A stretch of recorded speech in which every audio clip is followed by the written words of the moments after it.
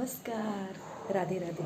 आज म्हटलं रोज भाजी पोळी भाकरी भाजी खाऊन खूप कंटाळा आलेला आहे, तर आज काहीतरी वेगळं बनवायचं. जसं तरी तुम्हाला माहितीच सर्वांना, रोज भाजी पोळी खाऊन सगळ्यांना कंटाळा असतो आणि शनिवार रविवार म्हटलं म्हणजे सुट्टीचा दिवस. त्यासाठी मी आज ठरवलं आहे की आज आपण मोमोज बनवायचे. बघू तर आज आपले मोमोज कसे होतात, काय होतात. त्यासाठी मी सर्वात आधी लागणारे साहित्य घेतलेले. मोमोजसाठी आपण एवढं यूज करून मोमोज यूज करणार आहे आणि मैदा पण घेणार आहोत. तो अशा प्रकारे मी सगळं लागणारं साहित्य हे धुवून घेतलेलं आहे आणि त्यासाठी बारीक करण्यासाठी आपण हे घेतलेलं आहे आपलं मिक्स करणारं मॅशर. याच्यामध्ये आपण चांगल्या प्रकारे बारीक हे चिरून घेणार आणि म्हणजे बारीक करून घेणार. लविश हाय. थंडीच्या दिवसांवर कांद्याला खूप बुरशी आलेली, तुमच्याकडे पण आलेली का? त्यासाठी मी आधी हे स्वच्छ धुवून घेतले आणि तुम्ही पण घेताना हे असे स्वच्छ वॉश करून घ्यायचे आहे. मी म्हणते लविशला मला करू दे, पण बघा त्याचा हा अरबटपणा आणि बघा कसं आता हाताला लागले आणि मला करू देत नाही. किती वेळ लागणार बरं बघा तर हा मोमोज बनवायला.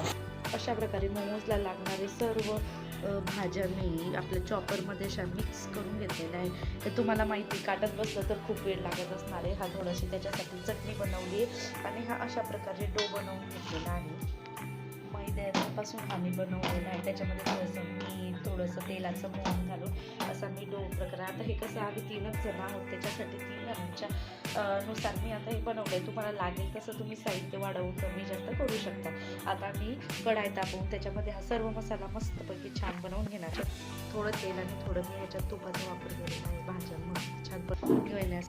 अशा प्रकारे मी सर्व साहित्य टाकून मीठ, हळद, थोडासा गरम मसाला, थोडंसं चाट पावडर वगैरे सर्व टाकून मी हे खूप छान मस्त आता मसाला बनवून घेतलेला आहे. आता मी साईडला हा मोमोज बनवण्यासाठी तयारी करणार आहे. अशा प्रकारे मी स्टीम करण्यासाठी आधी चांगलीला तेल लावून घेतलं आहे आणि कढाईमध्ये आतमध्ये थोडं पाणी घातलेलं आहे. आपली ही जुनी ही पारंपरिक पद्धत, कारण आपण हे साहित्य रोज रोज बनवत नसतो, कधीतरी बनवत असतो.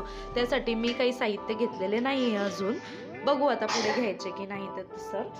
पण आता आपल्या पारंपरिक पद्धतीने आपल्या चाळणीला आधी तेल लावून मी याच्यामध्ये स्टीम मोमोज ठेवणार आहे. आणि अशा प्रकारे मी अजून मोमोज करण्यासाठी ही मैद्याची आधीच पूर्णपणे आपली नॉर्मल पोळीसारखी पोळी लाटून घेतलेली आहे आणि अशी एक त्याच्यामध्ये आता असे छोटे छोटे गोल करणार आहे. कारण मला ही पद्धत खूप सोपी वाटते.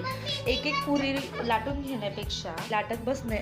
पुरी लाटत बसण्यापेक्षा मी म्हटलं डायरेक्ट एक मोठी पोळी लाटून आपण ही पद्धत वापरून बघायची.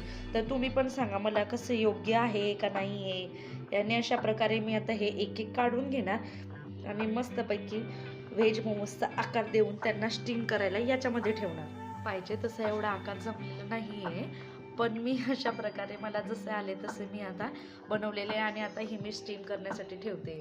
तर फायनली मी आता अशा प्रकारे हे मोमोज बनवलेले आहे, म्हणजे उकडून घेतलेले आहेत. आता तुम्हाला जर आवडलं तर आपण फ्राय पण करू शकतो आणि नाही पण करू शकत. आता चटणी नाही बनवली, मी चटणी बनवणार किंवा आमच्या लविशला असंच आवडतं म्हणून असंच सर्व करणार. तर कसे झाले आहेत तुम्ही पण मला कळवा कमेंट्समध्ये. तर अशा प्रकारे मोमोज आणि चटणी ही रेडी आहे. तेव्हा चटणी नाही होती तर आता बनवली आहे आणि ही चटणी अँड मोमोज. या मग खायला.